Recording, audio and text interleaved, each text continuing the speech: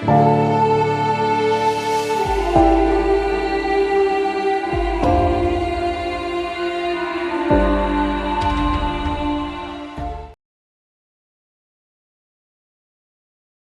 August 2021, the tragic and heartbreaking story of 22-year-old Gabby Petito, an aspiring travel vlogger, captured the attention of the world.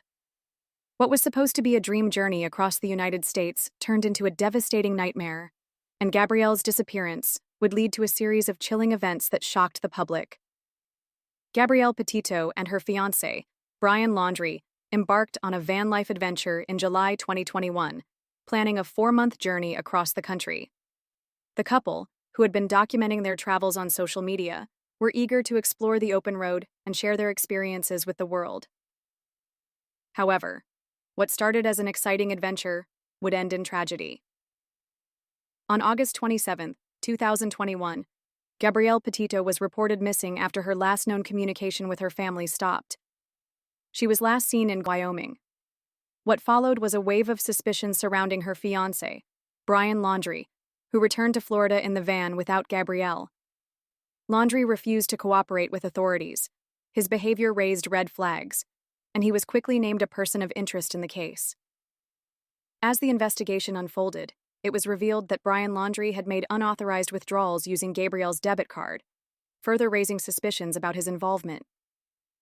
Despite this, Laundrie went missing himself on September 13, 2021, just days before Gabrielle's remains were discovered.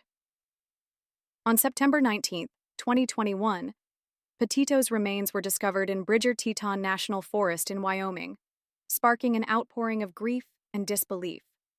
An autopsy confirmed the tragic cause of death: blunt force trauma to the head and neck, and manual strangulation.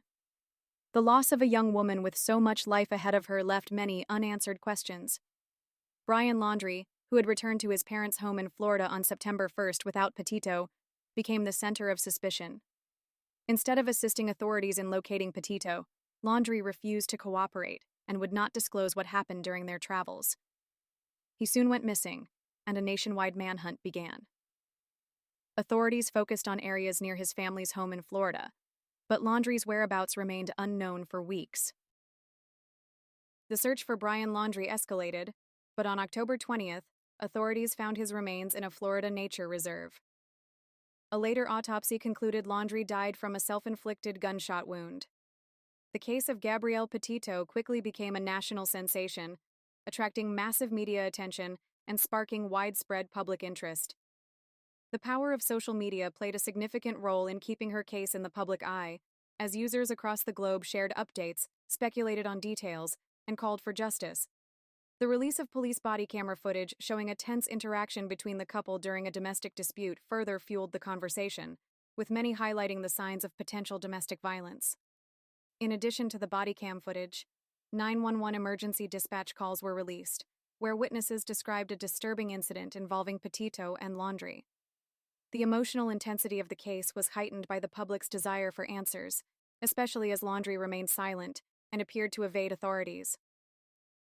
Another element that intensified public scrutiny was the Laundrie family's actions. Many questioned their decision not to speak out about Gabrielle's disappearance. The questions around Laundrie's parents' involvement only increased the media frenzy. While Gabby's tragic story unfolded, there was a notable debate about media coverage. The case sparked discussions about the way missing persons cases involving young white women receive more attention than others.